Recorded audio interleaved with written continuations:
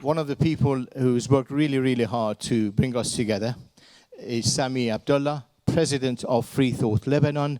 Can we welcome Sami onto stage?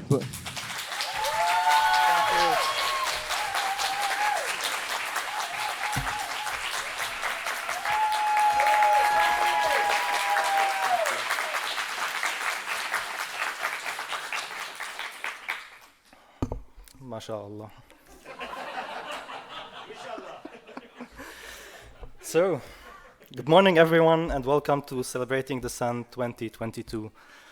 So more than 50 advocates of freedom of thought from over 30 countries have come together to celebrate free thought and dissent through talks, poetry, film, art and music.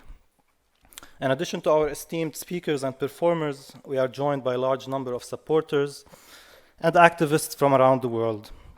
The demand on tickets to attend this conference has surpassed all our expectations, and we were sold out in the early weeks of announcing the conference. Of course, you can still see some empty seats, and this is on purpose. The aim was to keep some distancing between the people.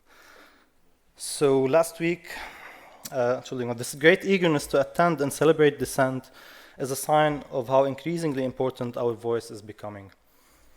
Last week, Salman Rushdie, a titan of free speech, was cowardly assaulted by a religious fanatic in New York. The barbaric attack perfectly captures the dichotomy and contrast between us and the religious fascists who carry out such atrocities. We stand for freedom of thought, while they stand for intellectual subjugation. We stand for ideas and words, while they stand for daggers and guns. We stand for humor and satire, while they stand for state-sponsored incitement to murder.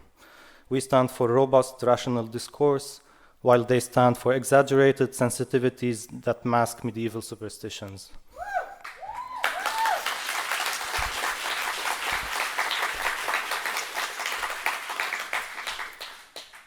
We are the future and they are the past.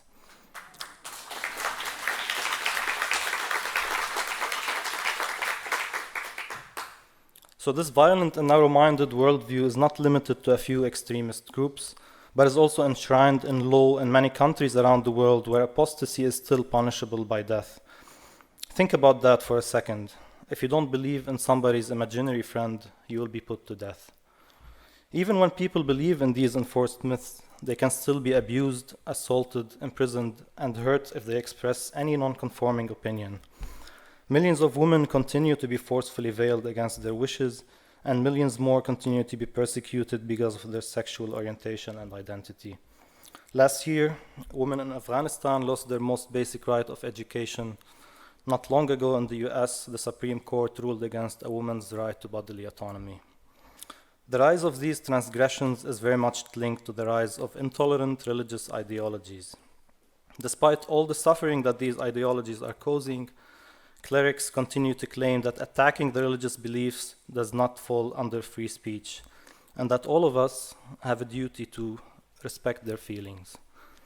Yet, as Salman Rushdie reminds us, the moment you declare a set of ideas be immune from criticism, satire, derision, or contempt, freedom of thought becomes impossible. Today we gather to once again uphold our right to dissent from religious dogma, our right to criticize and ridicule, and our right to freedom of thought and freedom of expression.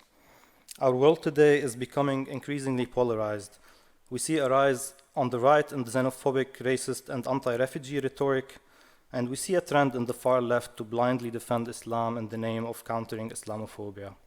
The space of free rational discourse is shrinking, and censorship is on the rise. Yet we see no contradiction in denouncing both racism and harmful religious dogma.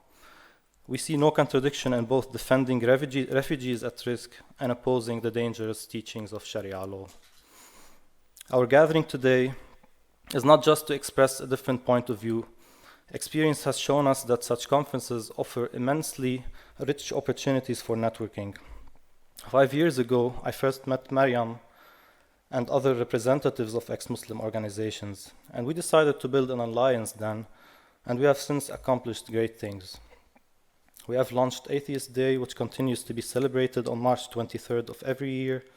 We also launched Apostasy Day and worked together to save tens of atheists who are fleeing persecution. This week's conference is yet another fruit for this collaboration. So I invite you all to take this opportunity to meet like-minded people and build communication bridges.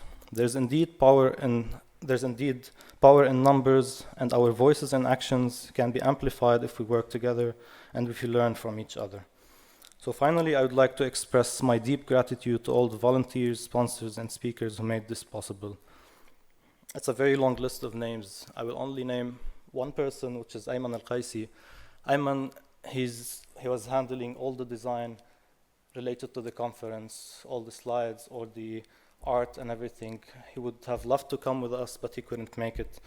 And so organizing this conference has taken a lot of hard work, dedication, and resources, and it wouldn't have been possible without you. So thank you all for your time, and I wish you a fruitful conference.